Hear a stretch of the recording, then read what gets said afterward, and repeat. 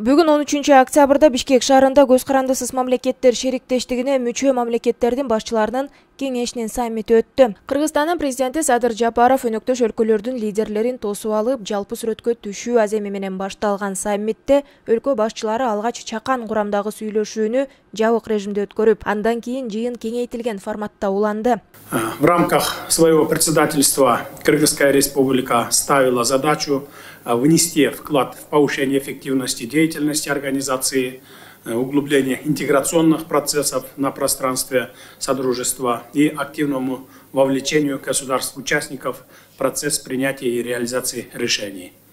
Так, благодаря совместной работе для решения стратегических задач в области экономики в июне этого года на Совете глав правительств СНГ в Сочи подписано соглашение о свободной торговле услугами, учреждении деятельности и осуществлении инвестиций.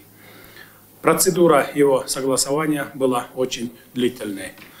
Как только его ратифицируем, бизнесу всех стран СНГ будет легче перемещаться и работать. Саммитке Орусиянын президенти Владимир Путин, Беларустун президенти Александр Лукашенко, Азербайджандын президенти Ильхам Алиев, Түркменистанын президенти Сердар Бердумухамедов, Тажикстандын президенти Эмомали Рахмон, Өзбекстандын президенти Шавкат Мирзиёев жана Казакстандын президенти Касым-Жомарт Токаев катышты. КМШнын кийинки саммити Орусияда өтө турган болду. Быйыл КМШга мүчө өлкөлөрдүн президенттеринин саммити Кыргызстандын төрагалыгы астында өтүп жатат жана бул жолку саммитке Армениянын премьер-министри Николь Пашинян келген жок. КМШ саммитинде уюмга мүчө өлкөлөрдүн соода-экономикалык, маданий-гуманитардык чөйрөлөрдө кызматташтыгын кеңейтүү жана чыңдоо боюнча чечимдер кабыл алынып, бир катар документтерге кол коюлат. КМШнын курамында Кыргызстан, Азербайджан, Армения, Беларусь, Казакстан, Молдова, Россия, Тажикстан, Түркменистан жана Өзбекстан кирет. Кыргызстандын президенти Садыр Жапаров бүгүн Бишкек шаарында өткөн көз карандысыз мамлекеттер шериктештигине мүчө мамлекеттердин башчыларынын кеңешинин жыйынынын алкагында Тажикстандын президенти Эмомали Рахмон менен жолугушту. Бул тууралуу президенттин расмий сайтында маалымдалды. Эки лидер кыргыз-тажик эки тараптуу кызматташтыгынын актуалдуу маселелерин, темалардын кеңири спектрин, анын ичинде кыргыз-тажик мамлекеттик чек арасын делимитациялоо жана демаркациялоо маселесин талкуулашты. Эки өлкөнүн чек арасынын жалпы узундугу 970-980 чакырымды түзөт. Анын тактоо иштери 2002 жылы башталып, 2020 жылдарга чейин 519 чакырымы толук такталган. 2022 жылы эки өлкөнүн лидерлери жолукканда жалпысынан 664 чакырым тилке боюнча орток пикир бар экендигин ырасташкан. Октябрдын башында топографиялык жумушчу топтор чек ара тилкесинин дагы 43,32 чакырымын макулдашкан. Ушул тапта эки өлкөнүн атайы комиссиялары тактала элек тилкелер боюнча сүйлөшүүлөрдү улантып жатат. Президент Садыр Жапаров мунун алдында Түркменистанын президенти Сердар Бердумухамедов менен да жеке жолугушкан.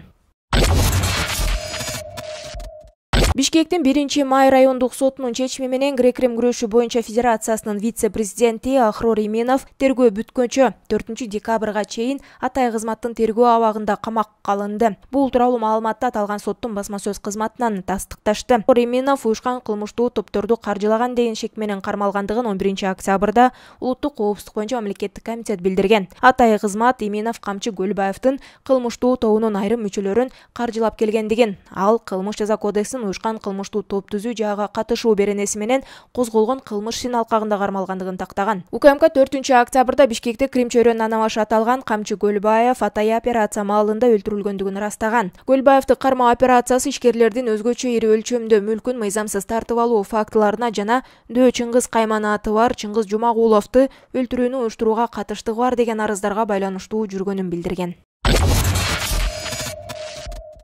Ички иштер министрлиги Бишкектин тургунунун $10.000 алдап алып кетүүгө шектүү кармалгандыгын билдирди. Маалыматка караганда айтылган адам 2021 жылдын күзүндө Бишкектин тургунунан $10.000 алып кеткен. Ага күрөө катары Lexus унаасын, каттоо күбөлүгүн жана ишеним кат калтырган. Кийинчерээк шашылыш ишим бар деген шылтоо менен унаасын айдап кетип, ошол бойдон изин суутуп, унааны башка адамдарга сатып жиберген. Келип түшкөн арыздын негизинде Бишкек шаардык ички иштер башкармалыгы кылмыш жаза кодексинин 209 беренесине маселесинин экинчи бөлүгү. Алдамчылык менен иш козгоп, шектүүнү издөө иштери жарыяланган. Учурда алдамчылыкка шектүү ММ аттуу жаран кармалып, убактылуу кармоочу жайга камакка калынып, сурак берип жатат деп айтылат маалыматта. Ички иштер министрлигинин кошумча маалыматында анын мурда сот жобуна тартылганы, Крим төбөлдөрдүн бири менен тыгыз байланышта болгону, облустардын бириндеги шаарга мэр болгондугу айтылган. Бир катар маалымат каражаттары кармалган адам Чолпон Ата шаарынын мурдагы мэри Мирлан Маратов экендигин жазышууда. Төө ашуусунда кар жады. Бул тууралуу Чүй облустук милициясынын жол кыймылынын коопсуздугун камсыздоо башкармалыгынан билдиришти. Ведомстводан билдиришкендей, жол инспекторлору Бишкек-Ош унаа жолуна сапарга чыккан айдоочуларга унааны кышкы дөңгөлөккө өтүүсүн, алдыдагы унаа менен болгон аралыкты сакташы зарыл экендигин жана карама каршы тилкеге чыкпай айдоону эскертет. Бишкек-Ош унаа жолунда аталган башкармалыктын өздүк курамы кызмат өтөөдө. Белгилей кетсек, Кыргызстандын аймагында 13-15 октябрда туруксуз аба ырайы күтүлөт. Маалыматка ылайык, Чүй, Талас, Ош, Жалал Абад, Баткен, Нарын облустарынын көпчүлүк аймактарында жаан, Чүй, Талас облустарынын тоо этектеринде жаан карга айланышы, тоолуу райондордо кар жаашы күтүлөт. Айрым жерлерде жаан-чачын катуу жайт. Өзгөчө Кырдаалдар министрлиги мындай туруксуз аба ырайы унаа, энергетика жана коммуналдык кызматтардын ишин жана жайыттардагы малды кармоону кыйындатаарын, мөмө жана жашылча жемиштерди үшүк уруу коркунучу бар экендигин маалымдаган.